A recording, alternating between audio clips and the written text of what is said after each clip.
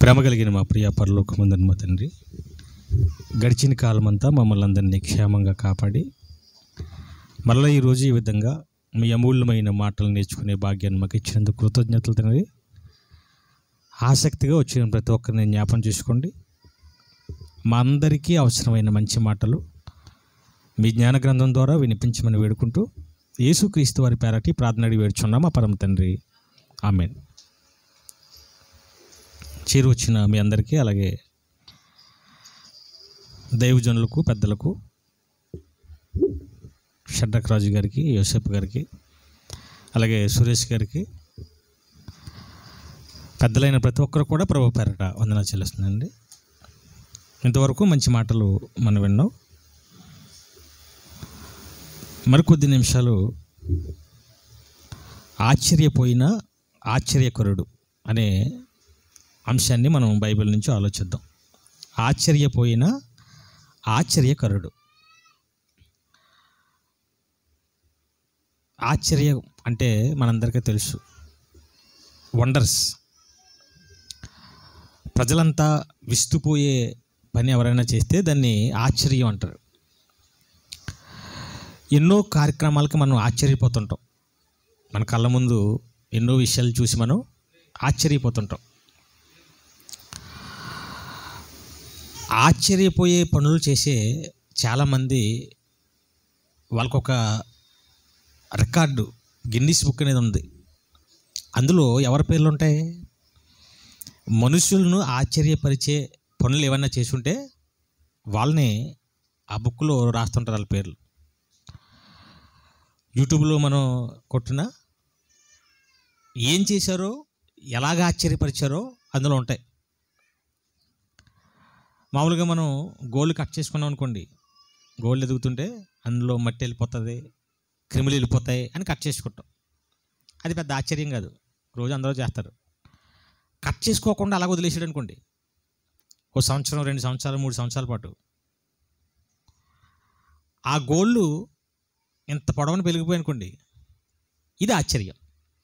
అలాంటి వాళ్ళ పేర్లు ఎక్కడ రాస్తారు? గిన్నీస్ బుక్లు. ఇంతకే గిన్నీస్ బుక్లు అంటే ఇలాంటివే. ఒక ఆవిడ 2 చేతులకి పెంచుకుంది గోళ్ళు.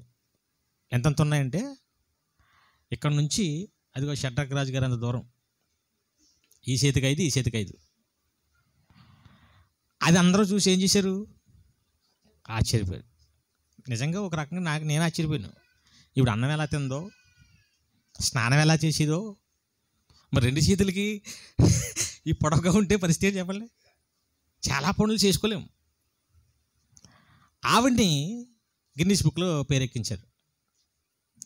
ఇలాగా చాలా విషయాలు. షడ్రక్ రాజు గారు డ్రైవ్ చేసుకుంటూ వెళ్ళిపోయాడు అనుకోండి, సీట్లో కూర్చొని, అది పెద్ద విచిత్రం ఉంది, అందరూ చేస్తున్నారు.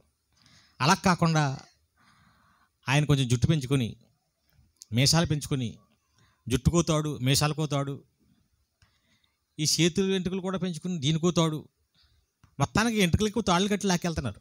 దేన్ని? ఇప్పుడు చూసినోడు ఏమంటాడు? వా శివ, అందరూ డ్రైవ్ చేసుకెళ్తుంటే ఇతను జుట్టు కట్టుకు లాక్కెళ్తున్నాడు. ఇది ఆశ్చర్యం. ఇలాంటివి పిచ్చి పిచ్చి అన్నీ చేసి ఇవి వింతలు, ఆశ్చర్యాలన్నీ గిన్నీస్ బుక్లో పెడుతున్నారు. కానీ ఈ ప్రపంచంలో ఆశ్చర్యకరుడు అంటూ ఉంటే, ఆశ్చర్య కార్యాలు చేసేవాడు అంటూ ఎవరన్నా ఉంటే ఎవరండి? దేవుడు.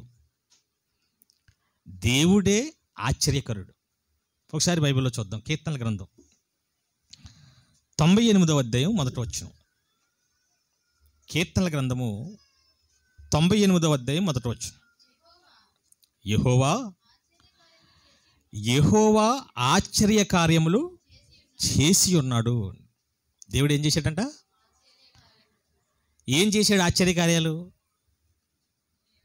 జుట్టుకు తాడు కట్టుకొని కారులో ఎక్కెళ్ళడం, గోళ్ళు పెంచుకోవటం, మొగ్గలేసుకుంటే ఇది చేయలేదైనా. మనిషి ఊహించని, ఎప్పటికీ అంతు చిక్కని కొన్ని కార్యాలు చేశాడు.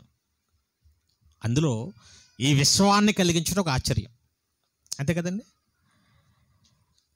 ఎన్నో సముద్రాలు, ఎన్నో దేశాలు, ఎన్నో ఎడారులు, అడవులు, కోట్ల మంది మనుషులు, వీళ్ళందరినీ మోసుకుంటూ భూమి ఎక్కడ తిరుగుతుంది? శూన్యులు తిరుగుతుంది. ఆశ్చర్యమే కదా?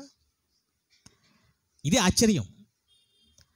కోట్ల సంవత్సరాల నుంచి సూర్యుడు వేడి తగ్గకుండా, వెలుగు తగ్గకుండా, కోట్ల సంవత్సరాలు మన తాతలు, మన ముత్తాతలు ఎంతోమంది అనుభవించారు అదే సూర్యుడిని. ఇప్పటికీ అదే వేడి. ఒక గ్యాస్ పొయ్యి వెలిగించుకోవాలంటే బండలుగా అయిపోతున్నాయి, లైట్లు వెలిగించాలంటే కరెంటు బిల్లు. అలాంటిది ప్రతిరోజు ప్రతి క్షణం వెలుగుతాడు సూర్యుడు. ఇప్పుడు మనకి చీకటే, అలాగని సూర్యుడు ఆరిపోలేదు. సూర్యుడు వెలుగుతూనే ఉన్నాడు, 24 hours వెలుగుతాడు. అలా మండి వెలగాలంటే ఎంత గ్యాస్ కావాలి, ఎంత ఆయిల్ కావాలి, ఎంత కావాలి చెప్పండి? ఇది ఆశ్చర్యం కదా? దేవుడు చేసే ప్రతిదీ ఆశ్చర్యం. అందులో మన దేహాన్ని తయారు చేశాడు తల్లి గర్భంలో. ఇదొక ఆశ్చర్యం. కీర్తన గ్రంథంలో దావీదు గారు మాట్లాడుతున్నారు, 139, మనందరికీ తెలిసిన మాట, 14వ వచనం. కీర్తనల గ్రంథము 139వ అధ్యాయం 14వ వచనం. నీవు నన్ను కలుగు చేసిన విధము చూడగా భయమును ఆశ్చర్యమును. నీవు నన్ను కలుగు చేయటం చూస్తుంటే ఏం కలుగుతుందంట? భయము, ఆశ్చర్యం. ప్రతి మానవ దేహాన్ని చూస్తే ఆశ్చర్యమే కలుగుతుంది. చిన్న తల్లి గర్భంలో నుంచి 850 కోట్ల ముఖాలు ఉన్నాయి, డిఫరెంట్ ముఖాలు, అంతే కదండి? ఇప్పుడు మరలా ఎవరైనా గర్భవతిగా ఉంటే ఇంకొక ముఖం తయారవుతుంది. అది కూడా ఇప్పటి వరకు లేని రూపం, ఇప్పటి వరకు లేని ఒక వేలుముద్ర. ఇది ఆశ్చర్యమే కదా? ఇది పెద్ద ఆశ్చర్యంగా భావించిన మనుషులు. ఆశ్చర్యం అంటే ఇది. ఈ విశ్వమే ఒక ఆశ్చర్యం, అది పనిచేసే విధానం ఆశ్చర్యం. మానవ దేహం చూడండి ఎంత ఆశ్చర్యం అంటే, ఏది పెరగాలో అదే పెరుగుతుంటుంది. తల మీద జుట్టు పెరుగుతుంటుంది, అంతే కదండి? ఈ జుట్టు పక్కన చెవులు కూడా ఉన్నాయి, పెరుగుతాయా? అవి ఎందుకు పెరగవు, ఇది ఎందుకు పెరుగుతుంది? దీంతోపాటు ఇవి కూడా పెరిగిపోయినుకోండి, మీసాలు పెరుగుతుంటాయి, కట్ చేసుకుంటుంటాం. దానిపైన ఉన్న ముక్కు పెరుగుతుందా? ఎన్ని సంవత్సరాలే అలాగే ఉంటుంది. మీసాలు మాత్రం, జుట్టు పెరిగినట్టు మీసాలు పెరిగినట్టు ముక్కు కూడా పెరిగిపోయింది అనుకోండి, సంవత్సరానికి ఎంతెంత. ఏది పెరగాలి అదే. చేతులు ఎంత ఉండాలి, గోళ్ళు పెరుగుతాయి, ఏళ్ళు పెరగవు, అవునా? గోళ్ళతో పాటు ఏళ్ళు కూడా పెరిగిపోతే ఇంకా భోజనం కలుపుకోవటం, ఇంకా స్కూల్ తిప్పినట్టు. సరే, ఎంత విచిత్రమైన నిర్మాణం చూడండి మానవ దేహం. అంటే టోటల్గా దేవుడు ఆశ్చర్యకరుడు. ఇంకా ఆయన చేసిన ఆశ్చర్యకార్యాలు మానవ ఎవడో చేయలేడు. ఆయన తర్వాత ఎవరు ఆశ్చర్యకరుడు? యెహోవా దేవుడు తర్వాత ఆశ్చర్యకరుడు ఎవరు? ఇంకా యేసుక్రీస్తు. తెలుసు కదా మీకు, యెషయా గ్రంథము 9వ అధ్యాయం 6వ వచనం. క్రిస్మస్ టైంలో చదివే ఒక రెఫరెన్స్ ఇది. యెషయా గ్రంథము 9వ అధ్యాయం 6వ వచనం. యాలయనగా మనకు శిశువు పుట్టెను, మనకు కుమారుడు అనుగ్రహింపబడెను, ఆయన భుజము మీద రాజ్యభారముండును. ఆశ్చర్యకరుడు ఎవరు? ఆశ్చర్యకరుడు యేసుక్రీస్తుకి దేవుడిచ్చిన ఒక బిరుదు, టైటిల్ ఏంటంటే ఆశ్చర్యకరుడు. ఆశ్చర్యకరుడు అంటే ఆశ్చర్యపరుస్తాడు, ఆశ్చర్యంగా ఉంటాడు, ఆశ్చర్య కార్యాలు చేస్తాడు. ఈ ప్రపంచంలో ఈ దేవుడు తర్వాత మనుషులను ఆశ్చర్యపరిచింది ఎవరంటే యేసుక్రీస్తు. ఎలాగ ఆశ్చర్యపరిచాడు? అసలు ఆయన పుట్టుకే ఆశ్చర్యం. అందరూ ఒకలా పుడితే తండ్రి ప్రమేయం లేకుండా పుట్టిన ప్రపంచంలో మొట్టమొదటి వ్యక్తి ఎవరు? యేసు. కన్యక గర్భవతే కుమారుడు. ఆశ్చర్యపరిచాడు లేదా? అంటే యేసుక్రీస్తు ప్రపంచానికి రావడమే ఒక డిఫరెంట్. అప్పుడప్పుడు సినిమాల్లో హీరో ఎంటర్ అవుతాడు చూసారా, అందరూ వచ్చినట్టు వచ్చాడు, ఏదో ఒక డిఫరెంట్ ఉంటుంది. ఏదో విలన్ వచ్చినట్టు, లేదంటే నార్మల్గా సహనట్లు వచ్చేసినట్టు వచ్చాడు. ఎక్కడో కాలు దిగుతుంది ఫస్ట్, ఆ తర్వాత నడుము, ఆ తర్వాత వెనకాల జుట్టు, ఈ లోపల పచ్చిమిరపకాయలు, ఉల్లిపాయలు, పువ్వులు అవన్నీ పైకి ఎగురుతుంటాయి. ఇంకా డబ్బు ఉన్నవాడైతే కార్లు ఎగురుతుంటాయి. అప్పుడు వస్తాడు దడియలమని. అవునా? చిన్న చిన్న సినిమాలు హీరోలకి ఎంత బిల్డప్ ఉంటే ప్రపంచానికే హీరో దిగుతున్నాడు భూమి మీదకి. స్టార్టింగే మనుషులంతా నోరావలించేది. ఏంటి, కన్యక గర్భవతి అయిందా? అసలు కన్న మరియకే ఆశ్చర్యం అయింది. అవునా? ఇదేమింత, నేను గర్భవతిని అవ్వటం ఏంటి అంటే, యేసుక్రీస్తు వారు ఆశ్చర్యకరుడు అని దేవుడు ఎందుకన్నాడంటే ఆయన పుట్టుకే ఆశ్చర్యం, వండర్. ఆ తర్వాత మార్కు సువార్త 6వ అధ్యాయం 1వ వచనం చూడండి. మార్కు సువార్త 6వ అధ్యాయం 1వ వచనం. యేసుక్రీస్తు వారు అక్కడ నుంచి బయలుదేరి స్వదేశమునకు రాగా ఆయన శిష్యులు ఆయనను వెంబడించిరి. విశ్రాంతి దినం వచ్చినప్పుడు ఆయన సమాజ మందిరములలో బోధింపనారంభించెను. అనేకులు ఆయన బోధ విని ఆశ్చర్యపడి, ఈ సంగతులు ఇతనికి ఎక్కడి నుండి వచ్చును? ఇతనికి ఇయ్యబడిన జ్ఞానం ఏంటిది? ఇతని చేతుల వల్ల ఇవన్నీ ఎలా జరుగుతుందంటే, ఆయన నోరిప్పి బోధిస్తుంటే మనుషులు ఏం చేస్తున్నారంట? ఆశ్చర్యం. ఎప్పుడు వినని సంగతులు, ఎప్పుడు ఆలోచించిన సంగతులు, మేధావులకు కూడా అంతు చెక్కని సంగతులు నోటి నుంచి మాట్లాడుతున్నాడు. ఇంకా ఆయన నోరిప్పితే ఆశ్చర్యం అండి. అలాగ ఆశ్చర్యపోయే 3 రోజులు ప్రసంగం చేస్తుంటే జనాలు ఏం చేశారు? ఇల్లు మర్చిపోయారు, తిండి మర్చిపోయారు. 3 రోజులు ఆయనతో ఉండిపోయారు. 3 రోజులు ఇంటికి వెళ్లకుండా తినకుండా కూర్చుని వింటున్నారంటే ఎలాంటి మాటలు చెప్తున్నాడు? అంతే కదండి. మనం ఎంతసేపు వినలేము? వరుసగా 3 గంటలు చెప్తే ఉంటారండి. మెల్లగా జారుకుంటారు. ఫోన్ పెట్టుకుని ఒకరు హలో ఇక్కడే ఉన్నానని వచ్చేస్తుంటారు. ఒకరు ఫోన్ లేవు, ఆడవాళ్ళు పిల్లలతో ఉన్నారనుకోండి, అటు ఇటు చూసి ఆ పిల్లలని గిల్లి మనకి ఇచ్చేస్తుంది. అటు బేరమని ఏడ్చినట్టునే ఎత్తుకుపోతుంది. అప్పుడప్పుడు చూస్తుంటారు, వాళ్ళు ఏడకపోయి వాళ్ళు ఏడిపిస్తుంటారు.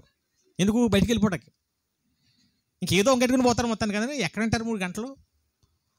అందులోకి మన ప్రసంగాలు అలాగుంటాయా? చెప్పకూడదు కానీ ప్రసంగం విన్నాను. అతను చెబుతుంటే టైము లేదు, ఏమి లేదు, అలా చెప్పేసుకుంటున్నాడు. వాళ్ళు ఏమో కొనుపాట్లు పడి నిద్రపోతున్నారు. రాత్రిలో పగలో ఇంక వదిలేయండి. జోగేవాడు ఒకడు, కొనుపాట్లు పడే ఒకడు, వెళ్ళిపోయేవాడు ఒకడు, ఫోన్ చూసుకున్నాడు ఒకడు. ఈయన మాత్రం సీరియస్గా ఆయన అనుకుంటూ చెప్పేస్తున్నాడు. అలాగే వాళ్ళ ఆవిడ తప్ప ఇంకెవరంటలేదు. మరి ఆవిడ ఎందుకంటుందో నాకు అర్థం కాలేదు. కానీ అంటే మన ప్రసంగాలు అంత ఆకర్షించలేము, ఏమండి, అంత ఆశ్చర్యపరచలేము. కానీ 3 రోజులు చెప్పినా కదలకుండా ఇల్లు మర్చిపోయి తిండి మర్చిపోయి ఉన్నారంటే ఆశ్చర్యపరిచే బోధ. అంటే ఆయన పుట్టుకే ఆశ్చర్యం, ఆయన నోరిప్పితే ఆశ్చర్యం. ఇంకేం చూడండి మత్తయి సువార్త 8వ అధ్యాయం 27వ వచనం. మత్తయి సువార్త 8వ అధ్యాయం 27వ వచనం. ఆ మనుషులు ఆశ్చర్యపడి, ఈయన ఎట్టువాడో, ఈయనకు గాలియు సముద్రము లోబడుచున్నవి. సముద్రం మీద వెళ్తుంటే పెద్ద తుఫాను వచ్చింది, గట్టిగా గాలి వేసేస్తుంది. శిష్యులంతా కంగారు పడిపోయి బయటపోయిపోయారు. ఈ దగ్గరకు వచ్చి చెప్పారు. తెలుసు కదా ఈ సంఘటనలన్నీ మీకు. వచ్చి ఒకటే మాట అన్నాడు, సైలెంట్ అయ్యా అన్నాడు. ఆగలగా అన్నాడు అంతే. ఎవరిని? సముద్రాన్ని, గాలిని. ఆగలగా అన్న వెంటనే ఏమైపోయింది? మిక్కిలి నిమ్మలం అయిపోయింది. కుక్క పిల్లనికి పోయినట్టు అప్పుడప్పుడు కదా టామీ అంటారు, దుఃఖపద్ధతి. అవునా? ఒక్కొక్కసారి టామీ గీమీ అన్న కూడా పట్టించుకోదు. మన మాట చిన్న చిన్న జీవులే ఎనవు. అవునా? అప్పుడప్పుడు కారు కానీ బైక్ కానీ ఎట్టామనుకోండి, మెల్లగా వచ్చి ఓ కారు బైక్ ఎత్తి పాసిపోతుంటుంది అక్కడ కుక్క. ఏయ్ ఏయ్ ఏయ్ అంటాం మనం, అయినా దాన్ని పట్టించుకోదు. నువ్వు ఎంత గట్టి కరుసు, అది పని అది చేసుకుని వెళ్ళిపోతుంది. అవునా? మనం అరిసినా మన ఇంట్లో వాళ్ళు వినరు, పక్కింటి వాళ్ళు పిల్లలు వినరు, కుక్కలు వినరు, ఏమైనా. దేవుడు ఏయ్ అనగానే ఎవరు ఆగిపోయారు? ఇది చూసి శిష్యులు ఏమంటున్నారట, పా ఏంటి ఈయన మాట చెబితే ఈయన సైలెంట్ అవ్వమంటే గాలి సముద్రం సైలెంట్ అయిపోయింది. అంటే ఆయన ఏది చేసినా ప్రజలకు ఏమవుతుంది? ఆశ్చర్యం. అందుకే ఆయన పేరేంటి? ఆశ్చర్యకరుడు. ఇంకో సందర్భం చూద్దాం, చూడండి. మత్తయి సువార్త 15వ అధ్యాయం 31వ వచనం. మత్తయి సువార్త 15వ అధ్యాయం 31వ వచనం. మోగవారు మాట్లాడుటేను, అంగహీనులు బాగుపడుటయును, కుంటివారు నడుచుట, గుడ్డివారు చూచుట, ఇదంతా జనసమూహం చూచి ఆశ్చర్యపడి ఏం చేస్తానట? పుట్టుకలో నుంచే చూపు లేకపోయిన వాడికి చూపించేస్తున్నాడు. వికలాంగుడిగా కాలు లేని వాడికి ఫంక్షన్లు ఇవ్వట్లేదు, డైరెక్ట్ కాలు ఇచ్చేస్తున్నాడు. చెవిటి వారికి వినికిడి ఇవన్నీ చూస్తున్నా వాళ్ళు ఏం చేస్తున్నారంట? బా ఏంటి అద్భుతం. ఇప్పుడున్నారు బోధకులు, వీళ్ళు ఆశ్చర్యపరుస్తారా? వీళ్ళు ఏ చేస్తుంటారు, కానీ ఎప్పుడూ ఆశ్చర్యపోయేవారు. ఏ మీడియా కూడా ఆశ్చర్యపోడు. ఎందుకు? నాటకాలు. అవునా? ఇంతకే చేసేవాడు ఆశ్చర్యపోతుంటాడు ఆ చేసినప్పుడు. జనాలు ఆశ్చర్యపడరు. ఎవరు ఆశ్చర్యపోతుంటాడు? జనాలు ఇంకా డౌట్గానే చూస్తుంటారు, నిజమా అబద్ధమా అని. ఎందుకంటే అదంతా సెట్ చేశాడు కదా. నిజంగా అలాంటి బోల్ చేయొచ్చండి. ఎందుకంటే జనాలు అలాంటి వాళ్ళు అంటే బకరాలు. మొన్నే బోలేబాబు అని ఎవడొస్తే అక్కడికి వెళ్ళిపోయి 118 మంది చచ్చిపోయారు. ఎందుకు చచ్చిపోయారు? ఎంతకి? బకరాస్. కడప కాకుండా, అమలాపురం కాకుండా వేరే ఒక రాష్ట్రాన్ని, జిల్లాని ఎంచుకుని షట్టర్ గారు, నేను, యేసేపు గారు, సురేష్ గారు ఓ ప్లాన్ చేసుకుని సురేష్ గారిని వీల్ చైర్లో నడిపించుకుంటూ వచ్చి, షట్టర్ గారు ఓ పక్క, యోసేపు గారు ఓ పక్క చక్రాలు పట్టుకుని తోసుకుంటూ వచ్చి, నేనేమో వేదిక మీద ఉంటాను. సురేష్ గారు అంటే వాయిస్ కూడా మార్చాలి. నార్మల్ వాయిస్ సురేష్ గారు అంటే బాగోదు. సురేష్ కాలు లేకుండా బాధపడుతున్నాను అయినా. వెంటనే సురేష్ ఇలాగా తుడిచేసుకుని నా పేరే. ఈ జనాలంతా బకరాలు కదా, ఎక్కడి నుంచో వచ్చారు. సురేష్ అన్నాడు, సురా రానైనా పైకి రా అనగానే షట్టర్ గారు, యేసేపు గారు పాపం వీల్ చైర్ అలా లాక్కుంటూ వస్తుంటారు. ఆ పక్కన నిలబడతారు స్టేజ్ మీద, అంతా చూస్తుంటారు నోళ్ళు పెట్టుకుని. నడవాలని ఉందా నాయన? అవునయ్యా అంటాడు ఆయన. నడవాలని ఉందా, పరిగెట్టాలని ఉందా అంటారు, కానీ పొట్ట తగ్గాలని ఉందా నాయన ఎవరైనా అంటారా? ఇలాంటివి తగ్గించినప్పుడు సరే అవును పాస్టర్ గారు నడవాలండి టచ్ అంటాడు. అది యేసు నామంలో నువ్వు లేస్తున్నావు అనగానే ఏదో సినిమాలో నాగార్జున నటించినట్టు వీల్ చైర్ పెట్టుకుని ఇలా కిందకి పైకి పరిగెత్తు అనగానే బా అక్కడి నుంచి జనం ముందుకి ఇటు ముందుకు పరిగెత్తింది.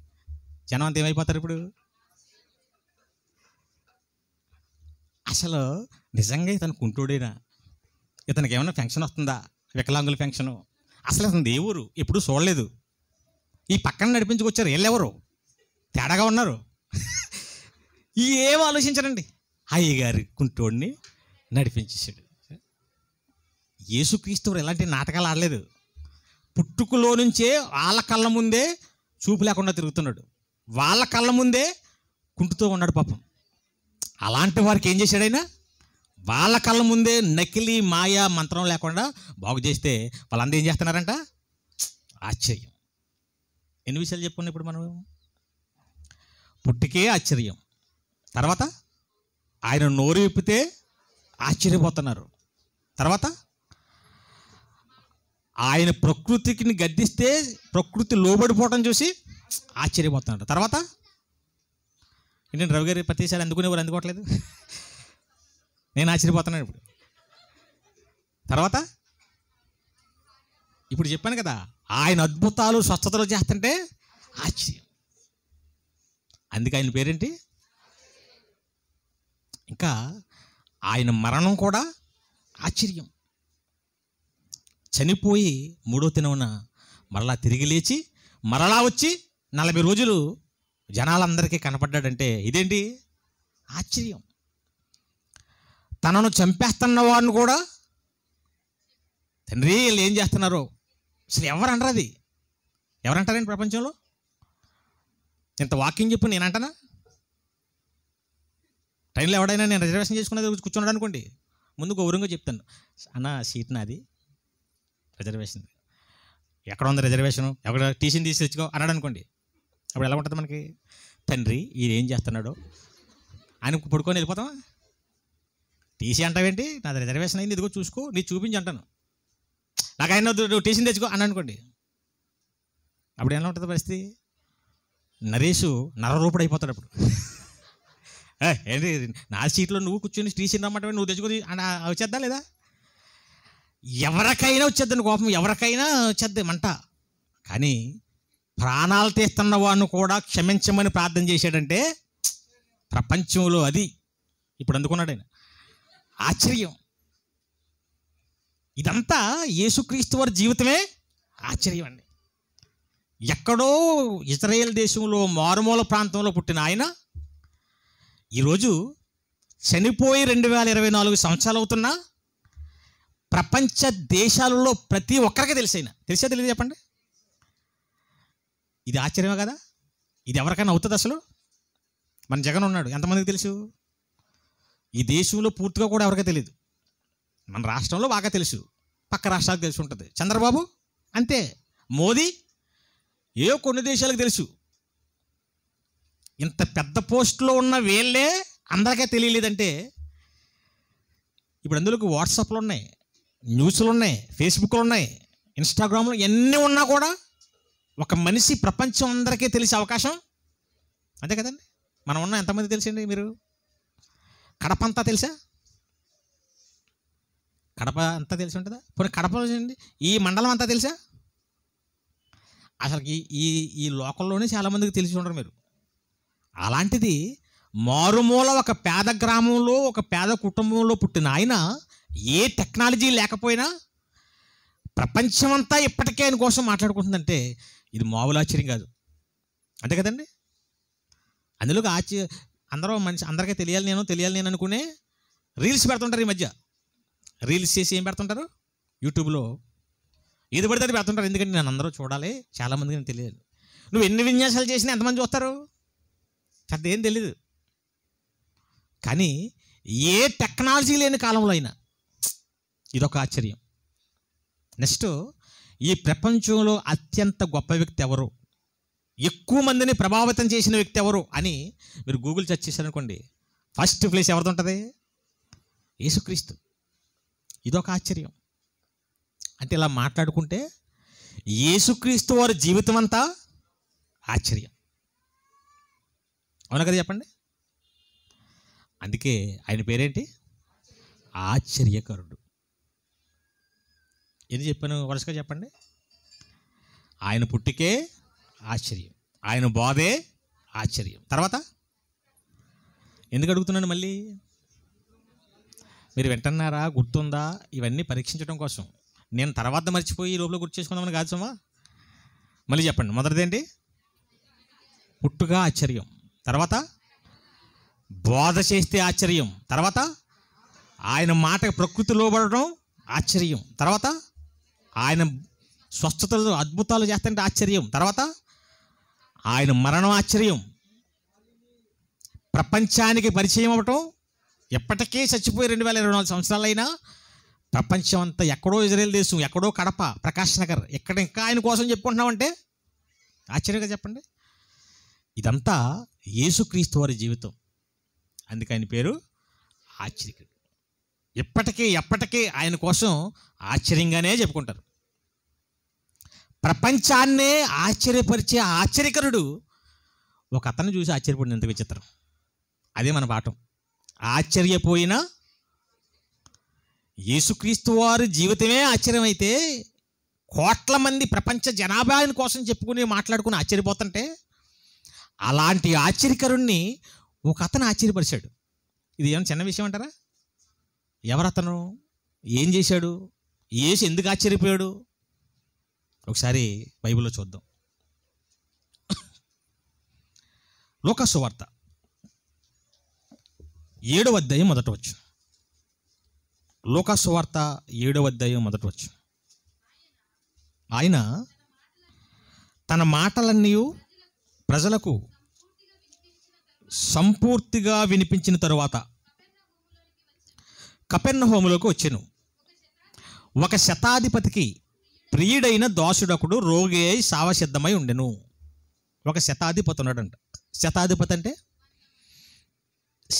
శతకం అంటే 100 మందికి అధిపతి. అంటే అతని కింద 100 మంది పనిచేస్తున్నారు. అతనికి ఒక దాసుడు ఒకడు రోగి అయి సావసిద్ధమై ఉండెను.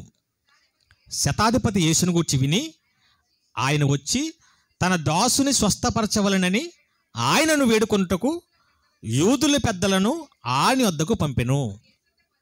ఇతను ఏం చేశాడంటే, యేసుక్రీస్తు వారు స్వస్థతలు చేస్తున్నారు, చాలామంది బాగుపడుతున్నారంట, ఆయన దగ్గర చాలా శక్తులు ఉన్నాయి, ఏదో గొప్ప దేవుడు అంట, నా దాసుడు వైద్యం ఎంత చేసినా ఇంక బతకడంటున్నారు, కాబట్టి ఇతన్ని బతికిస్తాడేమో, ఒకసారి యేసుక్రీస్తు వారిని అడగండి అని ఎవరిని పంపించాడంట? యూదుల పెద్దలను పంపించాడు. యూదుల పెద్దలను పంపించాడంటే ఇంతకీ యూదుడు కాదు, అన్యుడు. అన్యుడు అంటే ఇజ్రాయేలీయుడు కాదు, దేవునికి సంబంధించిన వాడు కాదు. ఇప్పుడు మనకు కూడా 2 వర్గాలు ఉన్నాయి ప్రపంచంలో. ఏ వర్గాలు? క్రైస్తవులు, అన్యులు. క్రైస్తవులంటే నిజమైన దేవుణ్ణి విశ్వసించిన వారు. అన్యులంటే ఈ దేవుణ్ణి విశ్వసించిన ఎవరైనా అన్యులే. అలాంటి అన్యుడు యేసుక్రీస్తు వారి మాటలు విని ఆయన కోసం తెలుసుకుని ఆ దాసుడి కోసం రిక్వెస్ట్ చేస్తూ యూదులను పంపించాడు.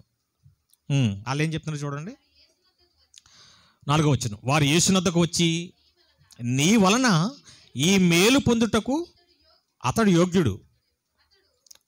ఎవరు అతడంటే? దాసుడు కాదు. మీరు అదే మరి చెప్తున్నారు, అందుకే అడిగాను ఎందుకైనా మంచిదని. ఇంకా నేను అతడంటే మహేష్ బాబు అనలేదు. మరి మళ్ళీ చదవండి, 4వ వచనం. వారు యేసు వద్దకు వచ్చి, నీ వలన ఈ మేలు పొందుటకు అతడు యోగ్యుడు. అంటే నిన్నెవరైతే రమ్మని రిక్వెస్ట్ చేస్తున్నారో అతని ఇంటికి వెళ్ళడానికి అతను యోగ్యుడే. అంటే అర్థం ఏంటి? అతడేమీ దుర్మార్గుడు కాదు, మోసగాడు కాదు, మాయగాడు కాదు, చాలా మంచివాడు, చాలా భక్తుడు అని. అతడు మన జనులను ప్రేమించి మనకు సమాజ మందిరము తానే కట్టించినని ఆయనతో చెప్పి మిక్కిలి బతిమాలుకుండ్రి. ఇంకేం చేశాడంటే ఇతను మన యూదుల్ని ప్రేమించి మనమంతా కూడుకోవడానికి సమాజ మందిరం కావాలి కదా, ఆయన కట్టించాడు. అంటే మన భాషలో చర్చి కట్టించాడు. ఎవరు? అన్యుడైన శతాధిపతి. అందులో ఆయన చిన్నోడు కాదు, పెద్ద అధికారంలో ఉన్నాడు. ఆయన కింద 100 మంది పనిచేస్తున్నారు, ధనవంతుడు. అలాంటి అతను మంచిగా ఉంటూ యేసు కోసం విని వాళ్ళ వర్గం కాకపోయినా యూదుల కోసం ఒక చర్చి కట్టించి దాసుడి కోసం, ఇప్పుడు నేను అతని కోసం కూడా కాదు, ఇప్పుడు రోగం వచ్చింది ఎవరికి?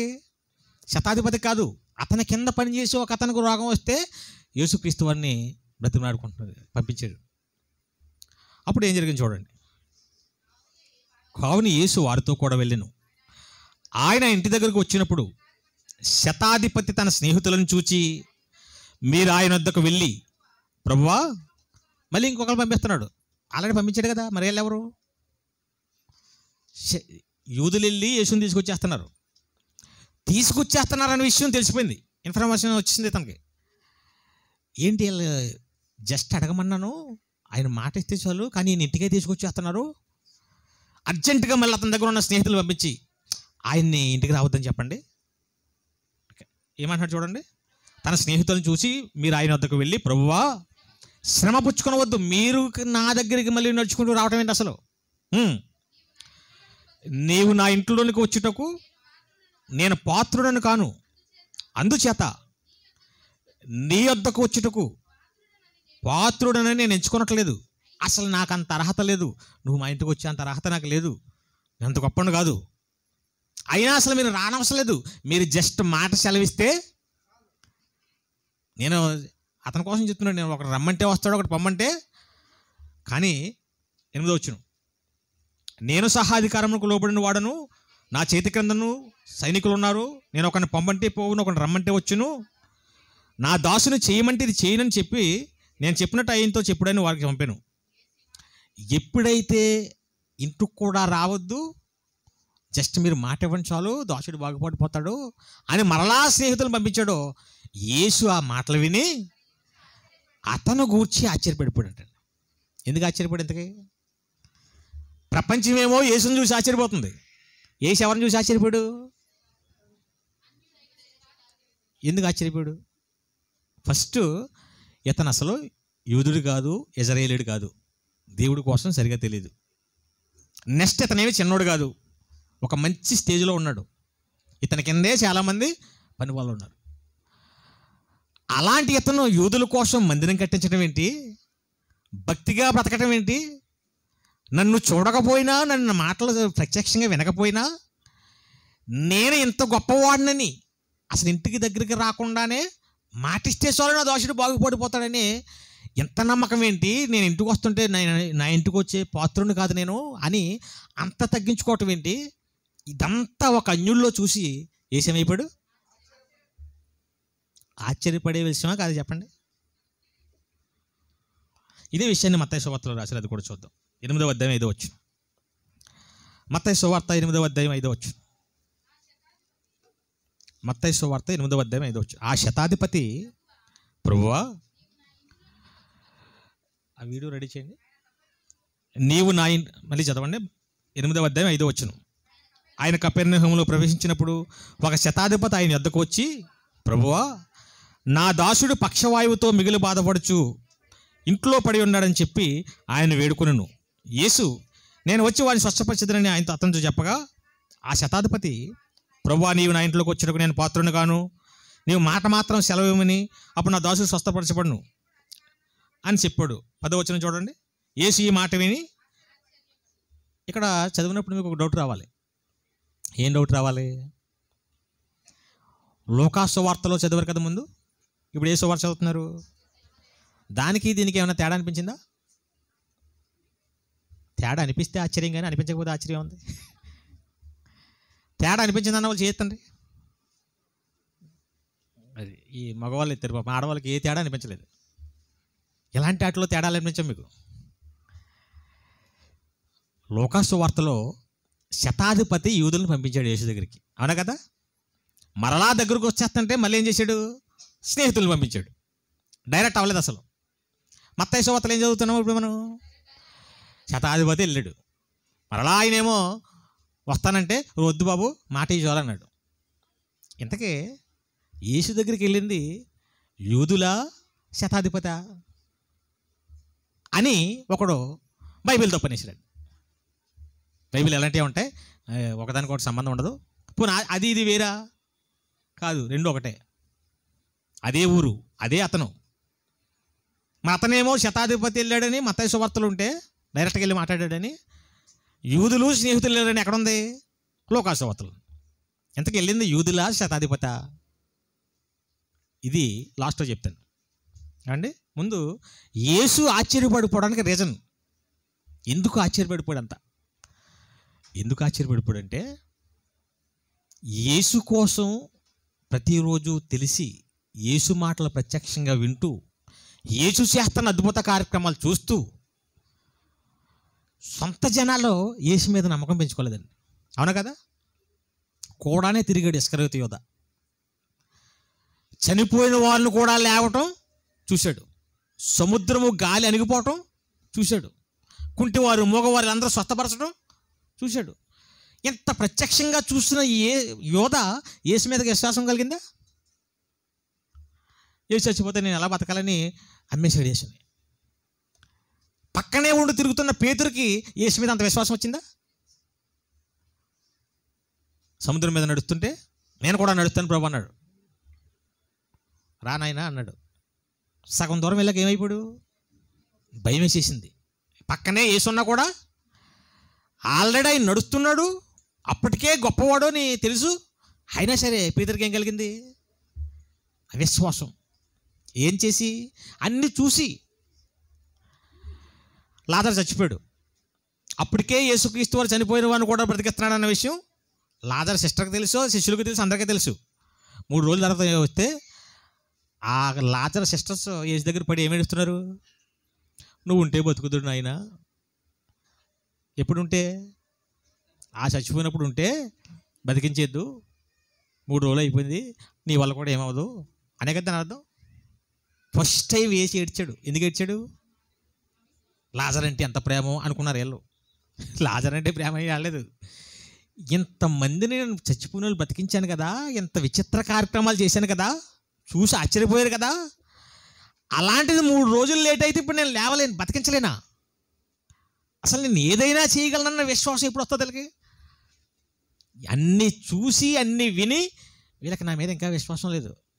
కానీ ఈ శతాధిపతికి నన్ను ఎప్పుడు చూడలేదు, నా మాటలు ప్రత్యక్షంగా ఇప్పుడు వినలేదు, నేను చేసిన అద్భుత కార్యాలు ఏది దగ్గరుండి చూడలేదు. అలాగని నేను చిన్నోడా? బిజీ పర్సన్, అతని కింద సైనికులు ఉన్నారు, ఒక గొప్ప స్థితిలో ఉన్నాడు. ఇలాంటి అతను భక్తిగా ఉండి మందిరాలు కట్టించి నేను మాటిస్తే చాలు బతికేస్తాడు నా దోషుడు అన్నంత విశ్వాసం ఇతనికి ఉందంటే, సొంతూరులో కూడా ఇంత విశ్వాసం చూడలేదని అతని కోసం ఆశ్చర్యపడాడు. ఏమండి, అతని కోసమే అంత ఆశ్చర్యపోతే ఏమీ తెలియకుండా అంత విశ్వాసం కలిగి ఉన్నాడు అతను. అవునా? అప్పటికి యేసు చచ్చిపోలేదు, తిరిగి లేవలేదు, ప్రపంచం అంతా గొప్పవాడు అని చెప్పుకోవట్లేదు ఎవరు. అలాంటి కాలంలోనే అతనికి యేసు మాటిస్తే సోలు ఏదైనా జరిగిపోతాను అంత విశ్వాసం వస్తుంది. అవునా? ఇప్పుడు శతాధిపతి కంటే యేసు కోసం ఎక్కువ తెలుసా లేదా మనకి? నేను ఎవరో మాట్లాడలేదు. శతాధిపతి కంటే యేసు కోసం ఎక్కువ తెలుసా లేదా? చనిపోయి తిరిగి లేస్తాడన్న విషయం శతాధిపతికి తెలియదు, అప్పటికి మనకు తెలుసా లేదా? తిరిగి లేవటం కూడా జరిగిపోయింది. ప్రపంచమంతా ఆయన కోసం మాట్లాడుకుంటారని శతాధిపతికి తెలుసా? అప్పటికే తెలీదు. మనకు తెలిసిపోయిందా లేదా? ఇప్పటివరకు చెప్పుకున్నాం కదా, శకపురుషుడు అయ్యాడైనా, కాలాన్ని విడగొట్టడానికి ఆయనే వాడుకున్నారు. యేసు ఎంత గొప్పవాడో, ఎంత అద్భుతకరుడో, ఆశ్చర్యకరుడో శతాధిపతికి చిన్న విషయాలు తెలుసు. మనకి ఎంత తెలుసు? చాలా విషయాలు తెలుసు. చిన్న విషయాలు తెలిసిన శతాధిపతే అంత విశ్వాసం పెంచుకుంటే, చాలా విషయాలు తెలిసిన మనం యేసు మాటకి ఎంత విలువ ఇవ్వాలి? ఇస్తున్నామంటారా? మొత్తం సైలెంట్ అయిపోయారు. సరే, యేసు దగ్గరికి రాకపోయినా ఆయన ఒక్క మాట చెప్తే చాలు నా దోషుడు ఏమవుతాడు? 100% బతికేస్తాడు, అసలు డౌట్ లేదు. అంటే ఆయన మాటకి అంత పవరు. మనకు తెలుసా అంత పవర్ ఉందని? అంత ఇప్పుడు ఆ మాటలు మనకు వినపడుతున్నాయి లేదా? యేసు మాటలు మనకు వినపడుతున్నాయి లేదా? ఎలా వినపడుతున్నాయి? వాక్యం రూపంలో, ప్రసంగాల రూపంలో, వారం వారం, నెల నెల వినపడుతున్నాయా? ఆ మాటలకు నిజంగా లోబడుతున్నాం మనం? లోబడితే ఆశ్చర్యపోవాలి, అంతే కదా. ఇప్పుడు యేసు శతాధిపతిని చూసి ఆశ్చర్యపోయినట్టు ఇప్పుడు ఎవరిని చూసి ఆశ్చర్యపోతాడు? మనల్ని చూసి. ఎలాగా? గొప్పవాళ్ళమని కాదు, రివర్స్లో. ఏమీ తెలియని ఇతనే ఎంత చేస్తే అన్నీ తెలిసి వెళ్ళేంటి నా మాటకు లోబడరు? ఆశ్చర్యపోతారు లేదా? అంత గొప్ప స్థితిలో ఉండి సమాజ మందిరం కట్టించినా యేసుక్రీస్తు వారు నా ఇంటికి రావటానికి కూడా నేను పాత్రుడిని కాదని తగ్గించుకుని మాట్లాడుతున్నాడంటే మనకంటే ఎంతమంది పని చేస్తున్నారు? ఎంతమంది పని చేస్తున్నారండి? మనమే ఒకరికి ఎంత పని చేస్తాం? అవునా? ఎన్ని చర్చిలు కట్టించాం మనం? కట్టించామండి? ఏమైనా చర్చిలు కట్టించామా? చర్చిలు కట్టించలేదు. మన మీద కింద పెద్ద జనాలు లేరు, పనిచేసేవాళ్ళు. మన దగ్గర అంత ఆస్తులు లేకపోయినా నేను చాలా తక్కువ వాడిని, యేసుక్రీస్తు వారు నా ఇంటికి వచ్చేంత ఆ టైపులో ఉంటాయి మన మాటలు. మనంతా గర్వం. అవునా? నేనే గొప్ప, నేను ఎన్ని చేశాను అన్ని చేసి అంత స్థితిలో ఉన్న ఆయనే బాబా అసలు మా ఇంటికి రాటాక నేను పోతున్నాను కదా, ఎందుకు తీసుకొస్తున్నాడు మా ఇంటికి? ఆయన మాట ఇస్తే సరిపోదు. నువ్వు ఈ ఆలోచనలో, ఈ మాటలు, ఈ ప్రవర్తన అంతా చూసి మహానుభావుడు ఏమైపోయాడు? ఆశ్చర్యపడిపోయాడు. ప్రపంచాన్ని ఆశ్చర్యపరిచి ఆయన అతని ప్రవర్తన చూసి ఆశ్చర్యపోయాడు. ఇలాగ మనకి ఎప్పుడైనా ఎవరైనా కనపడుతున్నారని ఆశ్చర్యపోయేవాళ్ళు? నేను అప్పుడప్పుడు కొంతమందిని చూసి ఆశ్చర్యపోతుంటాను. రీసెంట్గా ఒకడు రోబోని పెళ్లి చేసుకున్నాడట. ఆ న్యూస్ చూసి ఆశ్చర్యపోయాను. అందులో ఆడ రోబో రోబోని చూసుకుని ఈడేం చేస్తాడు అనుకున్నాను నేను. అప్పుడు తర్వాత వచ్చి నాకు ఐడియా ఎందుకు చేసుకున్నాడంటే, ఆ రోబోతో కూడా కాపురం చేయొచ్చండి అంతకి. అలాంటి రోబోది. ఇప్పుడు వాడు కోరికలు కలిగినప్పుడల్లా ఆ రోబోతో కాపురం చేస్తాడు, ఆ తర్వాత స్విచ్ ఆఫ్ చేసి పక్కన పెడతాడు. అదే ఆడవాళ్ళు చేసుకున్నాడు అనుకోండి, కాపురం చేసేసిన తర్వాత స్విచ్ ఆఫ్ చేసి పక్కన పెడితే కుదురుతుందా? ఎక్కడికి వెళ్ళావు, ఎక్కడ తిరిగి వచ్చావు, ఎవరితో మాట్లాడావు, మెసేజ్ ఎవరికి చేసావు, డబ్బు ఎక్కడ తెచ్చావు, పిల్లల్ని ఎలా పెంచాలి, అవి పెంచాలి, ఓ ప్రశ్నలు ప్రశ్నలు ప్రశ్నలు ప్రశ్నలు. ఎవరు స్కూల్లో టీచర్ కూడా నేను ప్రశ్నలు అడుగుతావు, అవునా? ఈ ప్రశ్నలన్నింటికి సమాధానం చెప్పలేక ఏం చేసాడు, ఇంకా ప్రశ్నలు అడగండి రోబోని కోరికలు తెచ్చుకుని స్విచ్ ఆఫ్ చేసేద్దాం, తర్వాత స్విచ్ ఆన్ చేసుకుందాం. సరే, ఆశ్చర్యకరమైన పనులు మనం చూసి. ఇంకొకటి ఏం చేశాడంటే, ఒక ఆవిడ, ఈ మధ్య విడాకులు ఎక్కువైపోయాయి కదండి, భార్యాభర్తలు విడిపోతున్నారు చిన్న చిన్న వాటికి, పెద్ద పెద్ద వాటికి. ఒక ఆవిడ విడాకులు ఇచ్చింది ఈ మధ్య రీసెంట్గా కోర్టులో కేసేసింది. లాయర్లు ఆశ్చర్యపోయారు ఎంతకే. దేనికమ్మా విడాకులు అంటే, నా భర్త నన్ను కొట్టట్లేదండి. ఏం చేయట్లేదంట, ఎవరైనా కొట్టేస్తున్నాడని ఇస్తారు. ఆవిడ ఎందుకు ఇచ్చింది ఇంతకీ? ఉందా రెడీగా? ఒకసారి చూడండి, న్యూస్ కూడా ఉంది, రీసెంట్గానే జరిగింది. టైం పడుతుందా?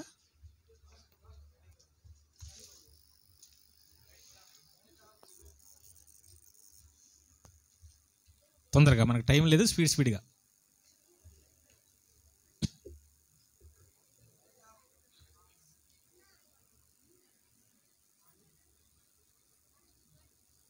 సౌండ్. టార్చర్ భరించలేకు రోజు కొడుతున్నాడను ఇలా రకరకాల కారణాలు చూపి భర్తతో ఉండలేక విడాకులిచ్చి పక్కకు జరుగుతుంటారు. కానీ ఓ మహిళ మాత్రం దీనికి విరుద్ధం. అవును, భర్త అతి ప్రేమ నచ్చకపోవడంతో పాటు నా మొగుడు నన్ను కొట్టడం లేదని, ఇలాంటి మంచివాడితో నేను సంసారం చేయలేనని భర్తకు విడాకులు ఇచ్చేందుకు ముందుకొచ్చింది.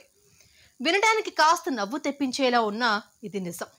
ఎందుకు ఈ ఘటన ఎక్కడ జరిగింది, అసలు ఏం జరిగింది అనేది ఇప్పుడు తెలుసు. ఎందుకు ఇచ్చిందంట?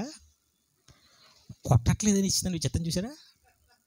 అంటే రోజు ఏం చేయలే వాడిని, దానికి విడవట్లు ఇవ్వటేందుకు? నా దగ్గరకు వచ్చిందనుకోండి, రోజు 4 తన్నులు తన్ని, నాకంటే షట్టర్ గారి దగ్గర పెంచడం ఇంకా మంచిది.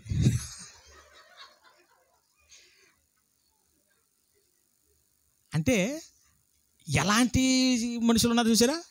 ఎవరిని చూసి ఆశ్చర్యపోడు, మనం ఎవరిని చూసి ఆశ్చర్యపోతాం చూడండి. ఇప్పుడు విచిత్రమైన మనుషులు, ఎలాంటి మనుషుల మధ్య మనం బతుకుతున్నాం. అదేనా? అక్కడ అన్యుడై ఉండి దేవుడిలోకి వచ్చిన ఆయన చూసి ఆశ్చర్యపోయింది.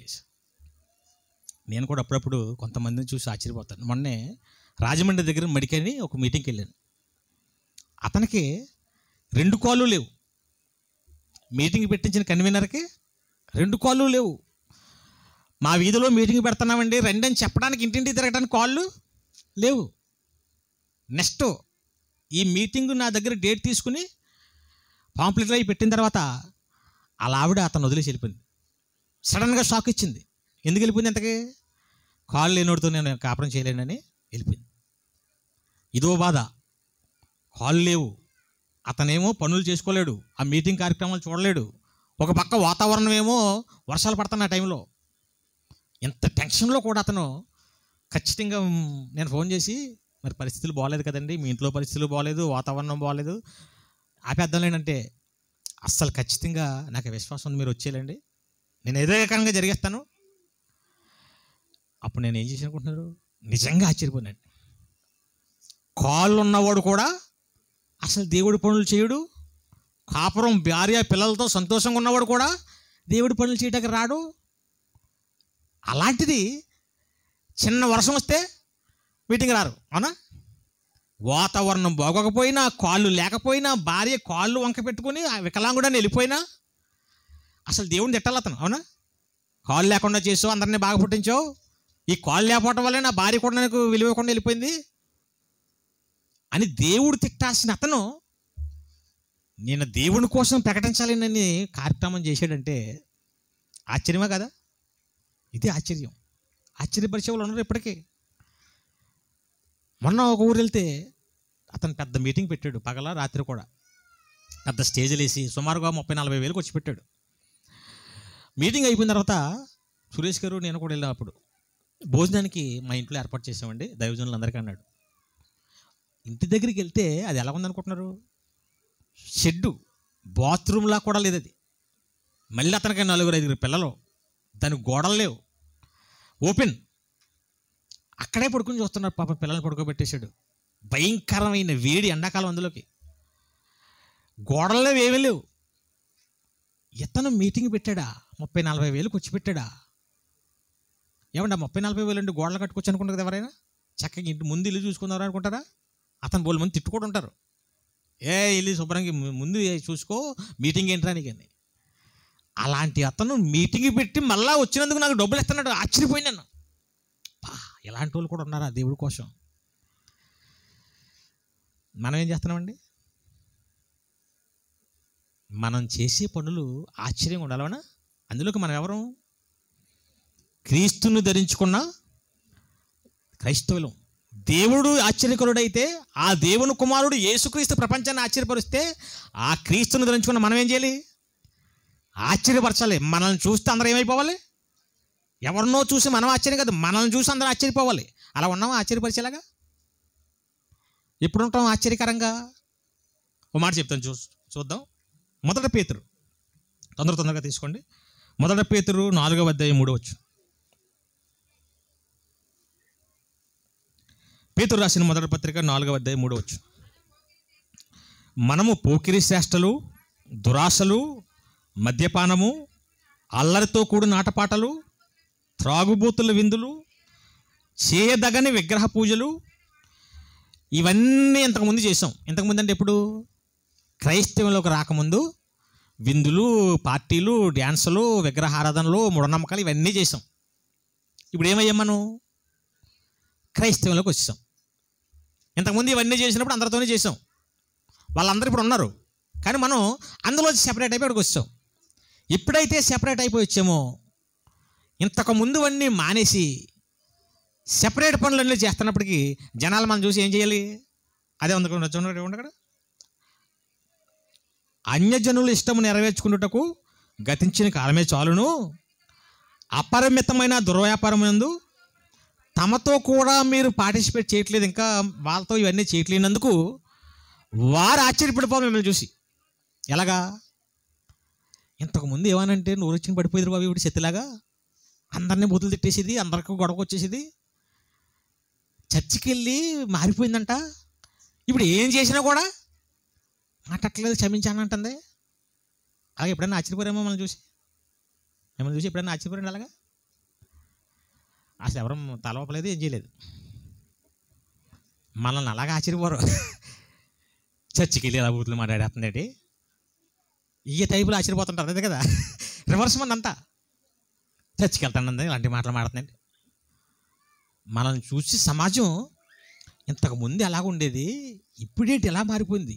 ఇప్పుడు చూసిన బైబిల్ అంటుంది, దేవుని జ్ఞానం అంటుంది, సెమినార్లు అంటుంది, కార్యక్రమాలు అంటుంది. ఏంటి వీటి ఇలా మారిపోయింది అని ఎవరు ఆశ్చర్యపోవాలి? మీ ఇంట్లో వాళ్ళు ఆశ్చర్యపోవాలి, మీ బంధువులు ఉంటారు కదా వాళ్ళు ఆశ్చర్యపోవాలి, మీ ఇరుగు పొరుగు వాళ్ళు ఆశ్చర్యపోవాలి. అలాగే ఆశ్చర్యపరుస్తున్నారమ్మా ఎవరైనా? ఇంతకుముందు ఆ మూఢనమ్మకాలని, వాస్తులని తిరిగేసేదానివి. ఇందాక చెప్పారు కదా యోసేపు గారు, ఎదురొస్తే భార్య ఎదురొచ్చేయాలి, పిల్లలు ఎదురొచ్చేయాలి. ఈ పనికిరానివన్నీ నమ్మేసి మనం ఒక్కసారికి ఇవన్నీ వదిలేసాడండి. అసలు ఇవేమీ పట్టించుకోవట్లేదండి. అసలు చాలా విచిత్రంగా మారిపోయాడు. మనలో వచ్చిన మార్పు చూసి సమాజం ఆశ్చర్యపోతున్నారంటారా? అసలు ఎప్పుడు అదో రకంగా ఉండేది. ఈవిడ పాటలు పాడేస్తుంది వెళ్ళి, ఇతనేంటి వాక్యం చెప్పేస్తున్నాడు, ఇతనేంటి బైబిల్ చదివేస్తున్నాడు, ఇతనేంటి మీటింగ్లు పెట్టేస్తున్నాడు, ఇతనేంటి అధ్యక్షుడిగా నడిపిస్తున్నాడు. ఈ మార్పు చూసి జనాలు ఏం చేయాలి? ఆశ్చర్యపోయి మిమ్మల్ని తిట్టుకోవాలి. మారిపోయిందంటారు బాబు, ఇప్పుడు మేమంతా పాపులమంట, ఎలా మాట్లాడుతున్నారు ఇప్పుడు. ఇప్పుడన్నా ఈ ఆశ్చర్యం కలిగిస్తున్నారా? శిష్యులు కలిగించారు లేదా? పేతురు యోహానులు వాక్యం చెబుతుంటే యేసును గూర్చి ప్రకటిస్తే మిమ్మల్ని చంపేస్తాం అని బెదిరిస్తే మీరు చంపినా కన్న వాటిని విన్న వాటిని, ఆ మాటలకు అక్కడ ఉన్న వాళ్ళంతా ఆశ్చర్యపోయారంట. వీళ్ళకి ఇక్కడ ఎంత ధైర్యం వచ్చేసారు ఆయన, చేపలు పట్టుకుని మనతో తిరిగి పిరికోలికి చంపినా పర్లేదు మేము చెప్తాం అంటున్నారా? ఎంత మాటలు ఎలాగ వచ్చి వాళ్ళు చూసి ఎవరు ఆశ్చర్యపోయారంట? అక్కడున్న సమాజం ఆశ్చర్యపోయింది. పౌలు బోధ చెబుతుంటే ఒక నాయకుడు ఆశ్చర్యపోయాడు. ప్రభు బోధ చూసి విని, అంటే రెఫరెన్స్లు చెప్పట్లేదు, ఇంక టైం అయిపోయిందని.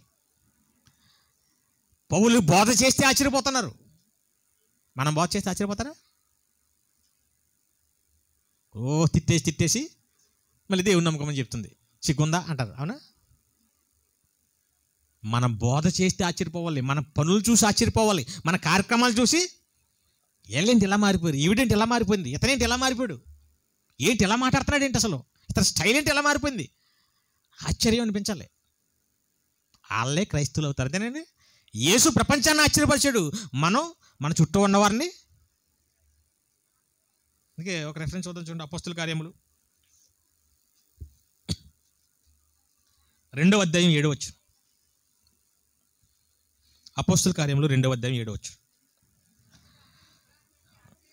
శిష్యులు చేస్తున్న బోధలకి అందరూ విభ్రాంతి నుండి ఆశ్చర్యపడి, మనతో మాట్లాడుతున్న వీరందరూ గలిలయరు కదా, భాషలు మాట్లాడుతున్నాడు, ప్రపంచంలో ఉన్న అన్ని భాషలు వచ్చేస్తున్నాయి, వాళ్ళకి అద్భుతాలు చేసేస్తున్నారు. ఇప్పుడు వాళ్ళు శిష్యులు ఇవన్నీ చేయడం చూసి అక్కడ ఉన్న వాళ్ళు ఏం చేశారంట?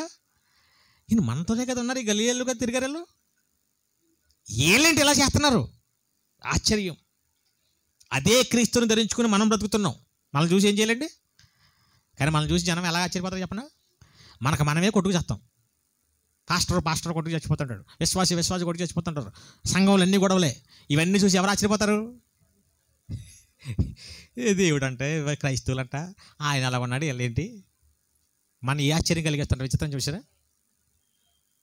ఆశ్చర్యకరుని ధరించుకున్న క్రైస్తవు, ఆ పేరు పెట్టుకున్న మనం సమాజాన్ని ఆశ్చర్యపరిచేవారుగా ఉండాలి. మన జీవితం, మన మాట, మన పనులు, మనం ఏం చేసినా నోరు ఎలబెట్టాలి అందరూ. ఈడండి మన మధ్య తిరిగి వాడు ఎంత ఇలాంటి ప్రసంగాలు చెప్తున్నాడు, ఇలా మాట్లాడుతున్నాడు ఏంటి, అతను ఎంత జ్ఞానం ఏంటి, శాస్త్రాల కోసం మాట్లాడుతున్నాడు, శాస్త్రవేత్తలను సవాల్ చేస్తున్నాడు ఏంటి ఎంత తెలివి ఎక్కడ వచ్చింది అతనికి? ఆశ్చర్యపోవాలిగా అది చెప్పండి. ఆశ్చర్యపరచాలి, అంత జ్ఞానం ఉంది మన దగ్గర. అలాంటి వాడిని ధరించుకున్నాం మనం. అలాంటి వాళ్ళు మన వెనకాల ఉన్నారు. యెహోవా, యేసు ఆశ్చర్యకరులు. అలాంటి యేసుని ధరించుకున్న మనం ఆశ్చర్యపరచకపోతే దేవుడు మనం చూసి ఏం చేస్తాడు? ఎంత తెలిసి అప్పుడప్పుడు కొంతమంది అంతా తెలుసుకుంటారు, అంత జ్ఞానం వింటారు, మంచిగా పనిచేస్తారు, ఏదో చిన్న విషయానికి అంతే సంఘానందులు వెళ్ళిపోతారు, ఏదో తప్పుడు బోధ తింటారు, వెళ్ళిపోతారు. అప్పుడు మనకు ఆశ్చర్యం వేస్తాడు కదా. పౌరు గారు కూడా వేసింది ఆశ్చర్యం. ఎలాగా? గలతీయులకు రాసిన పత్రిక 1వ అధ్యాయం 6వ వచనం. గలతీయులకు రాసిన పత్రిక 1వ అధ్యాయం 6వ వచనం. క్రీస్తు కృపను బట్టి మిమ్మును పిలిచిన వానిని విడిచి భిన్నమైన సువార్త తట్టుకు మీరెంత త్వరగా తిరిగిపోవటం చూచి, ఎంత నేర్చుకున్నావు, ఎంబీటీహెచ్ చేసో, ఎన్నో ప్రసంగాలు చేసో, ఎన్నో సభలు పెట్టించో, ఎన్నో సెమినార్లు పెట్టించావు, ఇన్ని చేసి మళ్ళీ వెళ్ళిపోతావా? ఆశ్చర్యమే కదా చెప్పండి. ఇతను వెళ్ళిపోయాడా ఏంటి, ఇతను రావట్లేదా, ఈవిడ వెళ్ళిపోయిందా?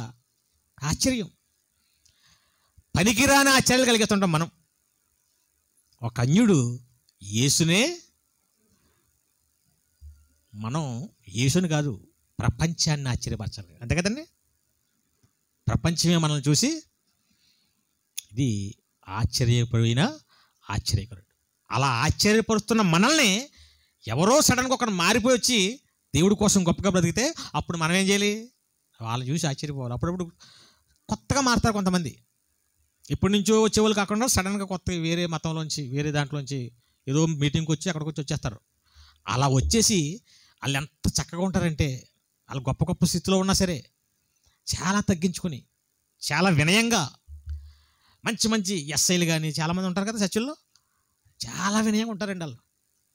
అప్పుడు అనిపిస్తుంది అది, ఎప్పటి నుంచో వింటున్న మనోళ్ళకే ఇంత విశ్వాసం లేదు బాబు, నిన్న కాక మొన్న వచ్చి ఒక అన్యుడై ఉండి ఇతను ఎంత భక్తి, ఎంత వినయం, ఎంత తగ్గింపు. ఎప్పటి నుంచో వచ్చిన వాళ్ళు ఎలా ఉంటారు? అని స్టేజ్ మీదకి వెళ్ళలేదు, అవి చేయలేదు, ఈ చేయలేదు, బోల్డ్ వ్యవహారాలు మనకి. ప్రపంచాన్ని మనం ఆశ్చర్యపరచాలి. ప్రపంచానికి అవమానకరంగా మనం మారకూడదు క్రీస్తుకి. ఇది ఆశ్చర్యపోయిన ఆశ్చర్యకరుడు. ఇంతకీ మనకు ప్రశ్న ఉండిపోయింది కదా చివరిగా.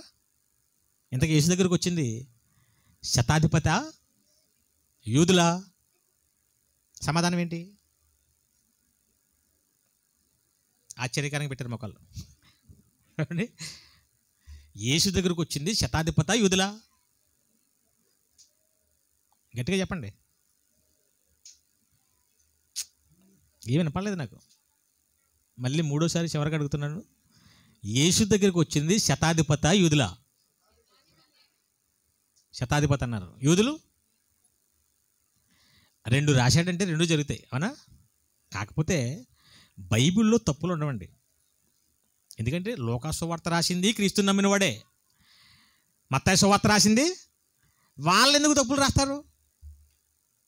అర్థం చేసుకోవటంలో వీళ్ళకి అపార్థం అయ్యారంతే. బైబిల్లో తప్పులు ఉండవు.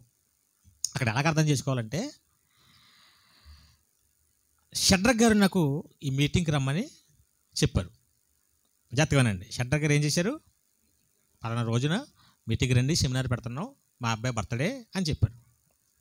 వచ్చాను నేను. ఆ తర్వాత యోసేపు గారు కూడా నన్ను పిలిచారు. ఈ విషయాన్ని ఇప్పుడు షడ్రక్ గారు నన్ను పిలిచారు, నేను వచ్చాను. ఆ తర్వాత యోసేపు గారు కూడా పిలిచారు, వెళ్తాను. ఇలాగా లోకా గారు చెప్పారు, క్షమించండి, మత్తయ్య గారు చెప్పారు. లోకా గారు ఎలా చెప్పారు? షడ్రక్ గారు నరేష్ గారికి ఫోన్ చేసి, హలో నరేష్ గారు, పలానా డేట్ ఖాళీ ఉందండి, మేము సెమినార్ పెట్టుకుంటున్నాం, మా బాబు బర్త్డే, మీరు వస్తారా అని చెప్పి, ఆ తర్వాత యోసేపు గారు కూడా ఫోన్ చేసి, ఇక్కడికి వస్తున్నారు కదా, అక్కడ కూడా రండి. ఈ డీటెయిల్ అంతా ఎవరు రాశారు? ముందు లోకా సువార్త కదా చదవం మనం. అంటే ఉన్నది ఉన్నట్టుగా రాశారు లోకా గారు. ఇప్పుడు ఫోన్ చేశారా, ఎవరినో మనిషిని పంపించారా నన్ను రమ్మని, ఇవన్నీ అనవసరం. టోటల్గా ఏం విషయం ఏంటి? షడ్రక్ గారు నన్ను మీటింగ్ రమ్మన్నారు, నేను వస్తానని చెప్పాను. ఆ తర్వాత మళ్ళీ యోసేపు గారు ఇది ఎలా రమ్మన్నారు? ఇంతకీ మనుషులు పంపించారా, ఫోన్ ద్వారా రమ్మన్నారా, లేదంటే డైరెక్ట్గా వెళ్ళారా? ఇవంతా మత్తయ్య గారు రాయలేదు. ఆయన టోటల్గా ఏం రాశారు? శతాధిపతి యేసుని రమ్మన్నారు, దోషుని బాగు చేయమన్నారు. ఆయనేమో మాట ఇవ్వకుండా ఇంటికే వచ్చేస్తున్నారు. మళ్ళీ శతాధిపతి ఏమన్నాడు? వద్దు బాబు, నువ్వు మాట సెలవిస్తే చాలు అన్నాడు. ఇది జరిగిన విషయం. ఈ జరిగిన విషయాన్ని ఇలాగే మత్తయ్య గారు రాశారు. కానీ లోకా గారు ఏం రాశారు? శతాధిపతి యేసుని రమ్మన్న విషయం కరెక్టే, కానీ ఎలా రమ్మన్నారంటే ఆయన డైరెక్ట్గా చెప్పలేదు, యూదులను పంపించి రమ్మన్నారు. తీరా తిరిగి వచ్చేస్తుంటే మళ్ళా స్నేహితులు పంపించి మీరు ఇంటికి రావద్దు, మాట ఇవ్వండి చాలు అన్నారు. ఇది కరెక్టే. ఇప్పుడు ఇంతకీ విషయం ఏంటి? ఇంతకీ శతాధిపతి యేసుని రమ్మనటం, యేసుని దోషుని బాగు చేయమనడం కరెక్ట్. యేసు ఇంటికి వచ్చేస్తుంటే వద్దండి మీరు మాట సెలవిచ్చే చాలు అనడం కరెక్ట్. ఇది మత్తయ్య గారు రాశారు. కానీ ఇది ఎలా జరిగిందన్న విషయం లోకా గారు డీటెయిల్గా రాశారు. రెండు కరెక్టే కదా? ఇది అర్థం కాక వీళ్ళు ఏం చేశారు? బైబిల్ తప్పు, బైబిల్ తప్పు. వాళ్ళకి అర్థమైతే ఆశ్చర్యపోవాలి తప్ప, అదే కదండి, బైబిల్లో తప్పులే. కాబట్టి మానవ జీవితం చాలా విలువైంది. ఈ జీవితంలో మనిషిగా పుట్టడం, ప్రకృతిలో ఎన్నో జీవితాలు పుట్టాయి, జీవులు మనిషిగా పుట్టడం చాలా ధన్యం. మనిషిగా పుట్టినంత మాత్రం మళ్ళీ ధన్యులు కాదు, మరలా బాప్తిసం ద్వారా క్రీస్తుని ధరించుకుని మళ్ళీ పుట్టాలి. అలా పుట్టిన మనం ప్రపంచానికే ఒక ఆశ్చర్యం కలిగించేలా బ్రతకాలండి. అలా బ్రతికినప్పుడు దేవునికి మహిమే, మనకి పరలోకం వస్తుంది. మనం కార్యాలు చూసి సమాజం కూడా మారుతుంది. ఆశ్చర్యకరుడని యేసు కోసం చెప్పుకుంటున్నాం, కానీ ఇప్పుడు ప్రజెంట్ ఎవరు ఆశ్చర్యకరులు? మనం క్రైస్తవులే ఆశ్చర్యకరులు. ప్రపంచం మనం చూసి నోరెళ్ళబెట్టాల్సిందే, అలా బతికితే. అలాంటి జీవితంలో మన శ్యామ కూడా వచ్చాడు. మళ్ళా అతను కూడా ఏదో బ్రతుకుతున్నాం, ఏదో సంపాదించుకుంటున్నాం, ఏదో ఉద్యోగం అని కాకుండా ఎంతోమంది బతుకుతున్నారు ప్రపంచంలో, అవునా? ఎంతోమంది పుడతారు, చచ్చిపోతారు. కానీ ప్రపంచానికే ఒక ఆశ్చర్యకరంగా బతకాలని బతికితే చచ్చేలోపు, అంతే కదా? పౌలు కోసం ఎంతమంది చెప్పుకుంటున్నాం? సాధారణంగా బతికి చచ్చిపోలేదు అతను. ఎంతోమందికి సువార్త ప్రకటించి ఆశ్చర్యపరిచాడు ఎంతోమందిని. ఒక స్టెఫన్ ఆశ్చర్యపరిచాడు, శిష్యులు ఆశ్చర్యపరిచారు. ఈరోజు మన తరం వచ్చింది, నిజమైన దేవుడు మనకు తెలిసాడు. ఆశ్చర్యకరుణ్ణే మనం నమ్ముకున్నాం. అలాంటి వాళ్ళని నమ్ముకున్న మనం ఎలా ఉండాలండి? ఆశ్చర్యపరిచేలాగా ఉండాలి. ఉంటున్నారంటారు అలాగా? ఇప్పటివరకు లేకపోయినా ఎక్కడి నుంచి అయినా మన వాళ్ళు, మన ఇంట్లో వాళ్ళు, మన బంధువులు, మన చుట్టుపక్కల ఉన్న వాళ్ళు నోరు ఎలబెట్టాలి మనల్ని చూసి, అసూయ పడిపోవాలి మనల్ని చూసి. ఏంటి మనతో ఉండంటున్నాడు, మనతో తిరగని అంటున్నాడు ఏంటి? అలాగ నువ్వు అనిపించుకుంటే నిజమైన క్రైస్తవుడు అవుతావు, ఆయనకి మంచి పేరు తెచ్చినోడు అవుతావు. అలాంటి జీవితాలు ఇక్కడ ఉన్న మనమంతా అలాగే శ్యాము జీవించాలని మిమ్మల్ని అందరినీ కోరుకుంటూ ఇంతటితో నా ప్రసంగాన్ని ముగిస్తున్నాను. అందరికీ వందనాలు.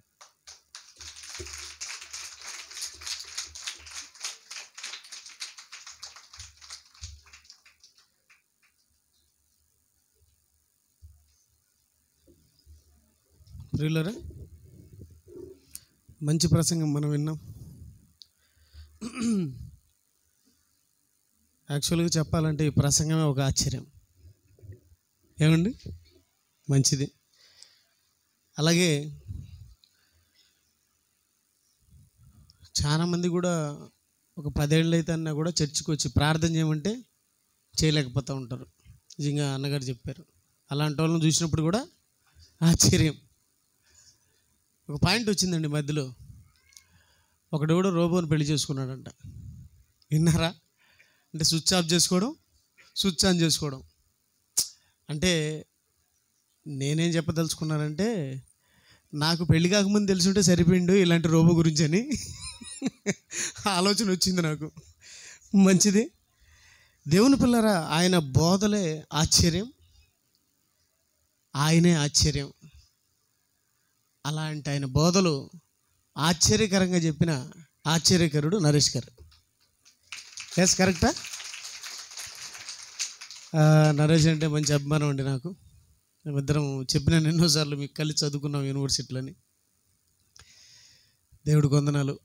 నా తరంలో నరేష్ను పుట్టించినందుకు, ఇద్దరం కలిసి ఒకరొకరం వాక్యాలను పంచుకుంటూ ముందుకు వెళ్ళే భాగ్యాన్ని దేవుడు ప్రసాదించినందుకు దేవాదేవునికి నా వందనాలు తెలియజేసుకుంటూ, మరి ఈరోజు మీరు చక్కటి మెసేజ్ అన్నారు, అందును బట్టి దేవాది దేవునికి నా వందనాలు తెలియజేసుకుంటూ, పిలవగానే మనవి మన్నించి మా మధ్యకి వచ్చి మంచి వాక్యం అందించిన నరేష్ గారికి వందనాలు తెలియజేసుకుంటూ, అలాగే మా ప్రియులు, మా ఆత్మీయులు, దైవజనులు యేసప్పన్న మరి ఇక్కడే ఉంటూ మా మధ్యలో మరి 2-3 రోజులుగా మాకు చక్కటి ప్రారంభ పలుకులు అందించిన దైవజనులు యేసప్ప గారికి సంఘం తరఫున వందనాలు తెలియజేసుకుంటూ, అలాగే సురేష్ మరి వాడు కూడా గొప్పవాడైపోయాడు, మంచి దైవజనుడు అయిపోయాడు.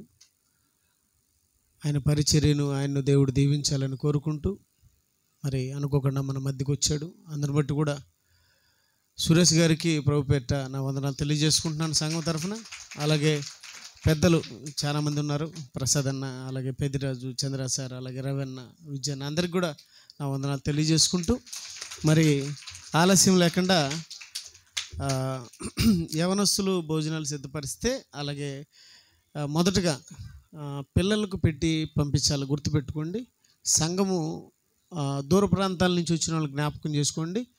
పిల్లలకు మొదటగా పెట్టి పంపించాలని కోరుకుంటూ, శ్యామ్ వచ్చి కేక్ కట్ చేస్తుండగా సురేష్ ప్రార్థన చేస్తాడు. శ్యామ్ కేక్ కటింగ్ చేస్తుండగా సురేష్ ప్రార్థన చేస్తాడు. గుంతకల్ సిబిటి ప్రిన్సిపల్ దైవజనులు సురేష్ గారు వచ్చి ప్రార్థనలో మనల్ని నడిపిస్తారు. నాయన ఈ టేస్ట్ తీసేసేయండి కొంచెం.